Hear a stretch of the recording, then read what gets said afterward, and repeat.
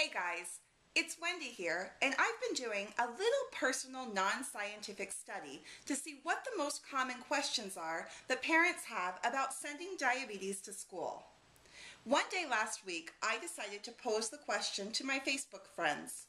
What is the one question that you would ask about sending diabetes to school? It was no surprise to me that those questions mimicked the exact same questions I had been seeing over and over again in other social media venues.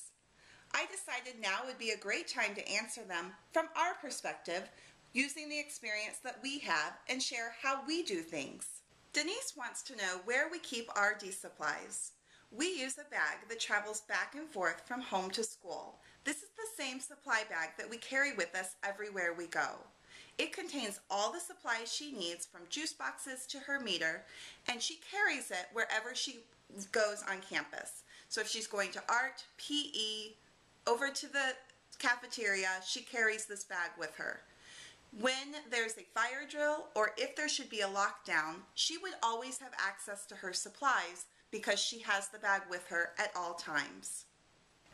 Amy asked what we do for checking blood sugars during a lockdown. My daughter is able to check her own blood sugar. It wasn't always that way when we were sending her to school, but these days she can. Because she has her bag with her, she is able to check her blood sugar if there were a lockdown and nobody else would be able to help her. Kelly asked, how do we manage IOB? IOB is the acronym for Insulin on Board. My daughter wears an insulin pump, and it keeps track of all active insulin from any boluses given, including corrections and boluses for carbohydrates. We use her IOB to calculate her dose regardless of the situation.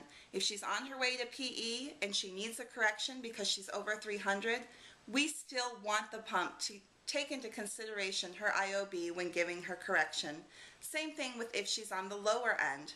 The pump will subtract some insulin from her dose so that it makes up for the difference between the low blood sugar and her normal target range.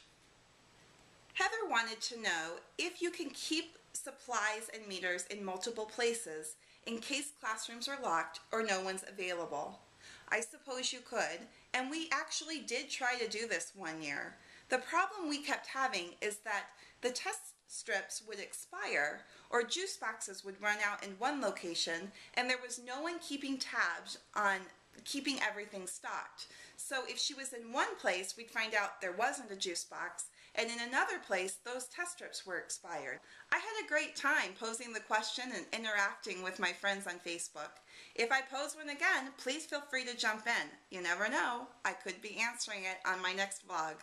Thanks guys, have a great day and have a great school year.